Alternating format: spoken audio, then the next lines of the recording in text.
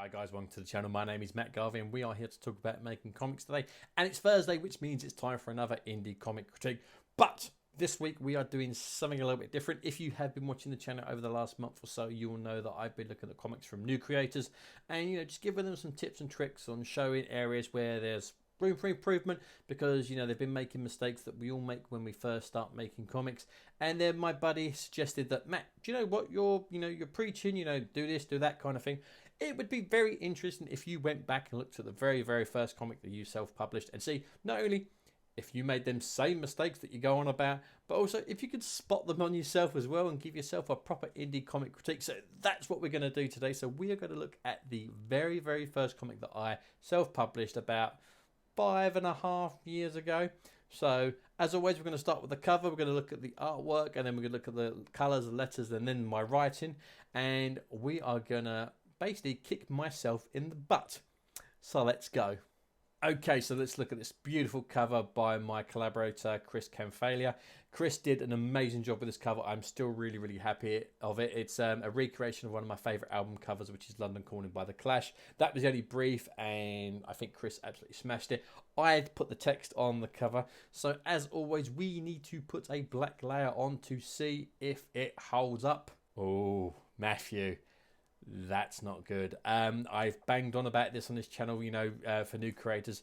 That logo needs to be a lot bigger. It needs to pop off, because at the moment it's just blended into the background. If I was to go back now and retweak it, which I'll probably do next time that, I do a reprint of this, that kind of thing, I would make the logo itself a little bit bigger and obviously make the text a lot brighter so it's separated from the background.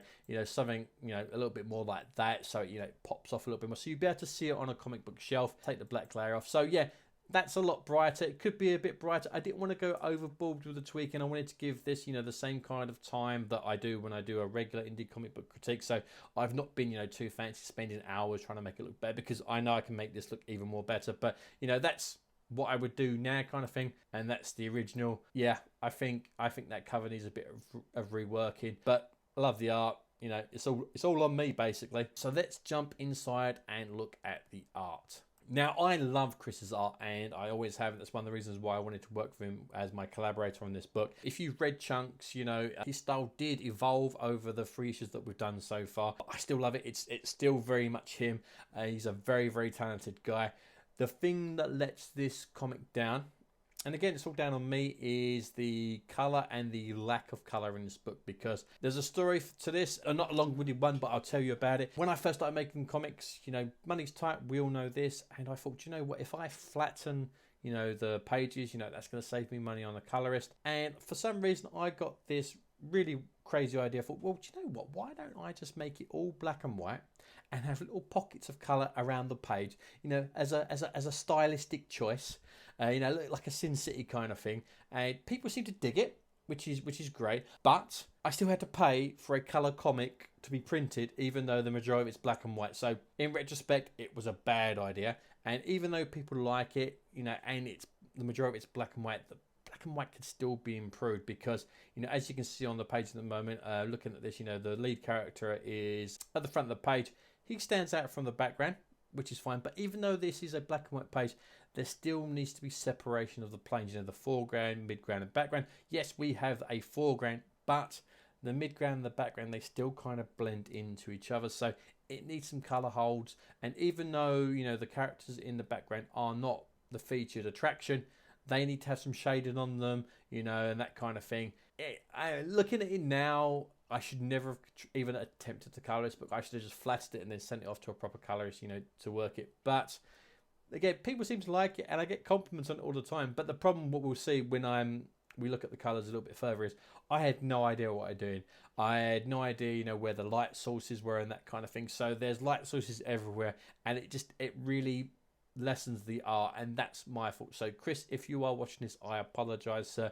I should never have done this in the first place. Also, if you've been watching the videos I've done on the last couple of weeks about getting your comic ready for printing, the borders on this page particularly are way off. This is meant to be a splash page, so these borders should be going right up to the bleeds, and it doesn't. It kind of shrinks the page down and it loses its impact. And again, another mistake on me. Right, so let's look at my letters. And there's issues, Matt. Matt, in the past, you've got issues with your lettering. Now, wasn't the first thing I lettered, so it's not the worst thing that I ever lettered, but it's also not my best. And as you can see from this top panel, I've got 3 different sentences in 3 different balloons, and then balloons are way too close together. They need to be separated a bit more. And if we look at the distance between the lines, they're too big. They need to be close together, not by a great deal, but looking back, you can go, yeah, that's not right. If I was to go back and re-letter it, it needs to be, something a bit more like this, just so it looks a bit more bubbly and a bit more flowingly. So, because at the moment it's just all squished together. Also, I have noticed that in a lot of the balloons, not so much here, but later on in the book, that there's not enough air in the balloons. I've talked about it on this channel before. The edges of the balloons are pretty much like touching, the edge, nearly almost touching the areas of the text, and that's not good. Again, if I do another print, or we do a collected edition, I would go back and I would re-letter it all and improve it, because again, it's not the worst I've ever done, but it's certainly not the best. And I know I've pulled up creators before, with regards to not capitalizing, putting the crossbars on eyes. I've done it too. It's there. I've done it as well. In this comic, I found at least on 2 occasions where I haven't capitalized, put the crossbars on a capital I when it's on its own. So, again, I've made all these same mistakes as well. So that was one place that I found it. And there was another time here that I found it as well. Also, I did find a spelling mistake, which I can't find now as I'm going through the pages. So again, if you've missed my video that I posted on Monday, guys, you need to have some proofreaders. Some people to go through your comic, just give it a final once over, have a little bit of a read and catch all these little spelling mistakes. Because this is the actual version that's on Comixology right now. So if you buy this, you will see all the mistakes that I've actually made. So, but do you know what? There's actually going to be a free PDF version of this in the Google Drive file that I've set up for the channel, so that will be in the description as well. So if you want to read this and look at my very first comic, that'll be in there for free, as a gift from me to you guys, so you can see that I've made these mistakes as well. But yeah, not capitalizing the eyes. Shame on you, Matt. Should have gone back and been more careful. Also, going back to the balloon situation, this is a great example of, 3 balloons that are way too close together and way too squished. Well out of my depth with regards to the letters. What needed to happen was, I needed to go in here and I've got all this room around this panel and I've just crammed all the words here. What I should have done is, there should be 1 bubble there, 1 bubble there, 1 bubble there, and then the tail there. Lives and learns, amateur mistakes. Again, if I go back, I will tweak that. But again, lettering can be improved, Matt. What I think really does let the book down, though, is my colouring, or I should say lack of colouring. I know I mentioned about the the grey tones and that kind of thing before, but at this time, I'd not done any colouring courses, that kind of thing, so I did not know how simple stuff like lighting worked. Looking at where the light source was and creating shadows, that kind of thing. Looking at this now, the light sources and the shadows are all over the shop, which is incredibly wrong, and again that drags down the art.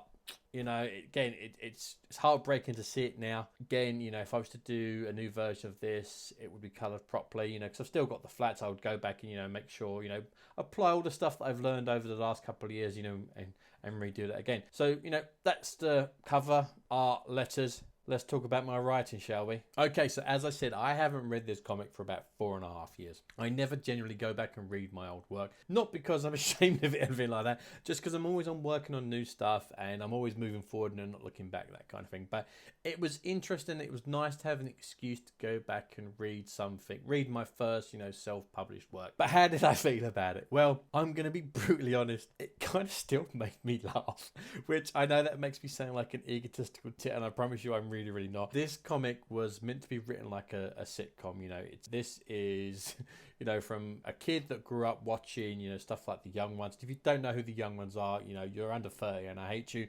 Definitely go back and check it out because it's absolutely mental. Then I grew up watching the films of Kevin Smith, and even later on you're watching stuff like The In-Betweeners, and this is inappropriate toilet humor, and that's what I wanted from this. He's never meant to be Watchmen. It's just a silly story about a band getting in trouble and then getting out of trouble. And I've had people message me and said, Matt, have you ever been in a band before? And I can't play an instrument to save my life, but they've said oh, this is actually what happens when you go on tour. So I like the fact that even though I had no idea what I was doing, there was an element of realism to it. You guys are strange out there. Could it be improved? 100%. How could it be improved? I like my dialogue. I think my dialogue's pretty good. It's always been something that I've really worked hard on, because I say my dialogue out a lot, but I think a lot of the jokes could be reworked because they are very much cemented in the era when it was written. So if you was to read this, maybe now, or maybe a couple of years from now, you may not get some of the references, and I think that would hurt the book, long term. I'd probably go back and make them more, not timeless, but just so if you was to read it 5 years from now, it would still make you laugh without having to know what happened in the past, if that makes sense. So the jokes need to be reworked. As for the story, again, it's not Watchmen. It's band on tour, band get in trouble, band get out of trouble. So it is what it is. I wrote it as to be a contained issue. Each issue of this series is a contained issue, so you can read it as as a one shot or as a collective. It makes no difference. It's meant to be not so much a throwaway comic, but a comic that you can enjoy and forget about. So yeah, I think my writing could be improved. Am I a stronger writer now than when I did this? 100%. Would I do it all again the way I have? Again, I would make tweaks. I've learned a lot since then. But pacing, I think, is pretty good. It's 24 pages, again, beginning, middle, and end, so it is quite a fast-paced book. There's no need to have long, drawn-out scenes of people having long-winded conversations, that kind of thing. Doesn't need that. There's no having to put Easter eggs in and stuff like that for stuff that's going to happen. Sowing the seeds for a larger story. So again, if I was to go back, I would make changes. But hopefully, by doing this critique, you guys can see that I have evolved as a creator. I have made all those mistakes that I point out on this channel. We all start somewhere, so it is very much a learning curve. So if you do submit for an indie comic critique on this channel and I point stuff out, it's not that you're doing it wrong, no, you're doing it right. You're doing it right at where you are in your journey, because the more you make, the more you learn. And if people like me can help give you a little bit of guidance, your comics are going to get a lot better very quickly. It's taken me 10 years to start getting my comics the way I like them. Learn from my mistakes, do it in 5. So hopefully you've enjoyed that. I enjoyed going back and reading this book. Maybe I'll do another one. If someone wants to pick one of my comics from my back catalogue, maybe we'll go back and look at another one. But hopefully you've enjoyed that. And remember, if I can make comics and if I can make mistakes, anyone can. I'll see you in the next one. Take care.